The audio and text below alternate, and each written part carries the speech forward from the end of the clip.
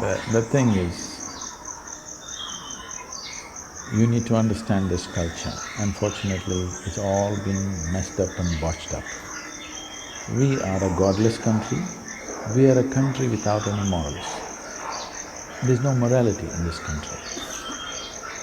We could live like this and really live well because there was a huge rise of consciousness. Everything could be looked at simply the way it is. People were ruled by their consciousness, not by morality, not by the fear of punishment, simply by the sense of living. So because there was such a society, anything could be taught anywhere and there was no issue. Well, that's not the condition right now, that's a different thing. But this is how this culture and this nation evolved. It took thousands of years of work to get this mass of people to that state. But slowly that is changing because now we have taken in Western morality where something is good, something is bad, something is God, something is devil, something is high, something is low, something is pure, something is impure. There was no such thing in this culture. We just saw life just the way it is. How much of what to do in your life is an individual choice. Because we clearly understood the nature of human mind, in this mind if you say something is bad, do not think about it, that will become the full-time job in the minds of your friends. But any mind, if you say, don't think about this, only that they will think. People who did not understand the nature of human mind brought morality into life. People who understood the mind the way it is, in this culture we never said anything is bad or good. We just said this is how it is. How much of what you do in your life is an individual choice. How much this person eats and how much that person eats is an individual choice. But now Western doctors are telling us, all of us should eat so many calories. This is rubbish. That's not the way the body works. If you eat, let's say you eat 1 kilogram of food, same type of food, let's say the same nourishment. Both of you may be same body weight, maybe, let's say. Both of you same body weight, both of you eat 1 kilogram of food, it will not go well. In one person, this food may go well. In another person, maybe only half a kilogram goes well and they'll still maintain weight. This is a fact.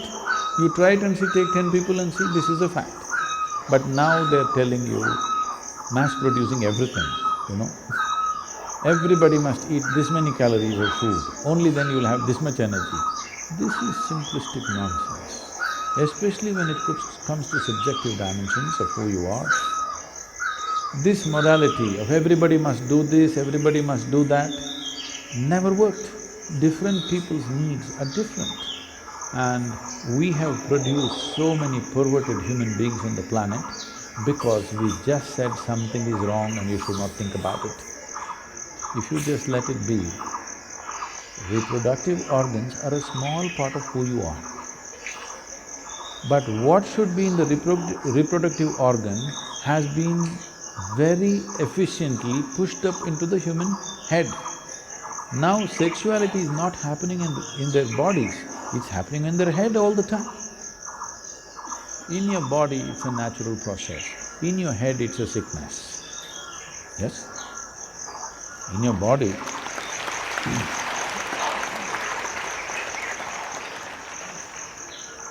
it is just a natural process, we're all born out of it. There is nothing right about it, wrong about it, it's just one little aspect of our life. If we resist it, it will rise into our head and now it looks like entire life is just about that.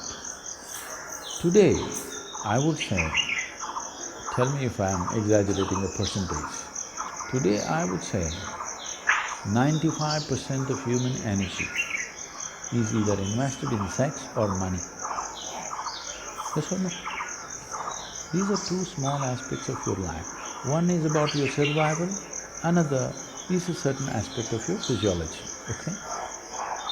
It has become so big because somebody told you these two things are wrong. We never looked at it that way, so somebody wrote a text on that. What are all the different ways it happens?